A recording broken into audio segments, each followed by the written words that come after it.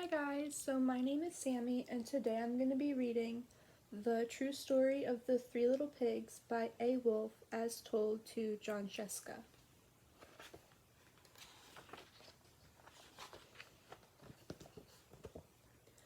Everybody knows the story of the Three Little Pigs, or at least they think they do. But I'll let you in on a little secret. Nobody knows the real story because nobody has ever heard my side of the story. I'm the wolf, Alexander T. Wolf. You can call me Al. I don't know how this whole big bad wolf thing got started, but it's all wrong. Maybe it's because of our diet. Hey, it's not my fault wolves eat cute little animals like bunnies and sheep and pigs. That's just the way we are. If cheeseburgers were cute, folks would probably think you were big and bad too.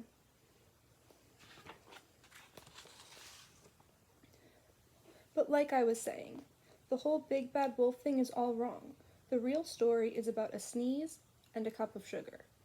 This is the real story. Way back in Once Upon a Time, I was making a birthday cake for my dear old granny. I had a terrible sneezing cold, and I ran out of sugar.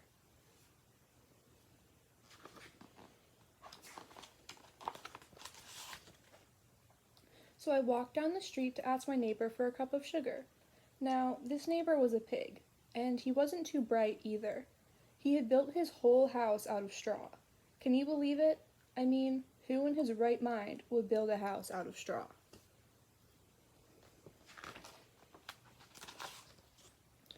So, of course, the minute I knocked on the door, it fell right in.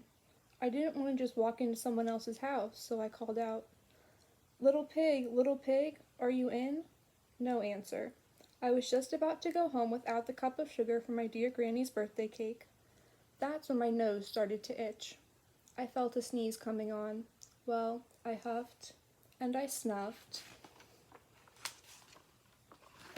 and I sneezed a great sneeze.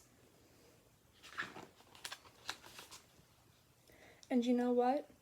That whole darn straw house fell down, and right in the middle of the pile of straw was the first little pig, dead as a doornail. He had been home the whole time. It seemed like a shame to leave a perfectly good ham dinner lying there in the straw. So I ate it up. Think of it as a big cheeseburger just lying there. I was feeling a little better, but I still didn't have my cup of sugar. So I went to the next neighbor's house. This neighbor was the first little pig's brother. He was a little smarter, but not much. He had built his house out of sticks. I rang the bell on the stick house. Nobody answered. I called, Mr. Pig, are you in?" He yelled back, "Go away, Wolf. You can't come in. I'm shaving the hairs on my chinny chin chin."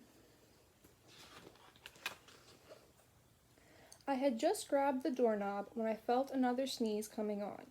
I huffed, and I snuffed, and I tried to cover my mouth, but I sneezed a great sneeze. And you're not going to believe it, but this guy's house fell down just like his brother's. When the dust cleared, there was the second little pig, dead as a doornail, Wolf's honor. Now, you know food will spoil if you just leave it out in the open.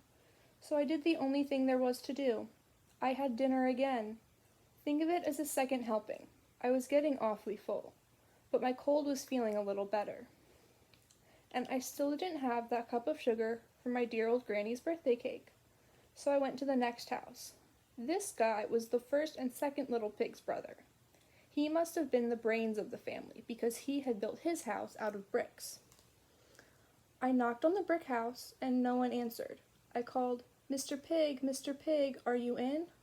And you know what that rude little porker answered? "Get out of here, Wolf. Don't bother me again." Talk about impolite. He probably had a whole sack full of sugar, and he wouldn't give me even one little cup for my dear sweet old granny's birthday cake. What a pig. I was just about to go home and maybe make a nice birthday card instead of a cake when I felt my cold coming on. I huffed, and I snuffed, and I sneezed once again. Then the third little pig yelled, "And your old granny can sit on a pin."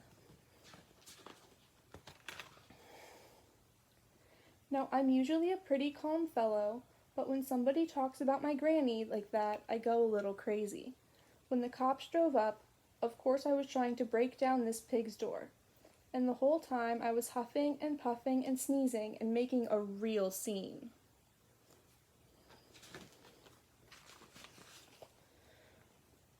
The rest, they say, is history.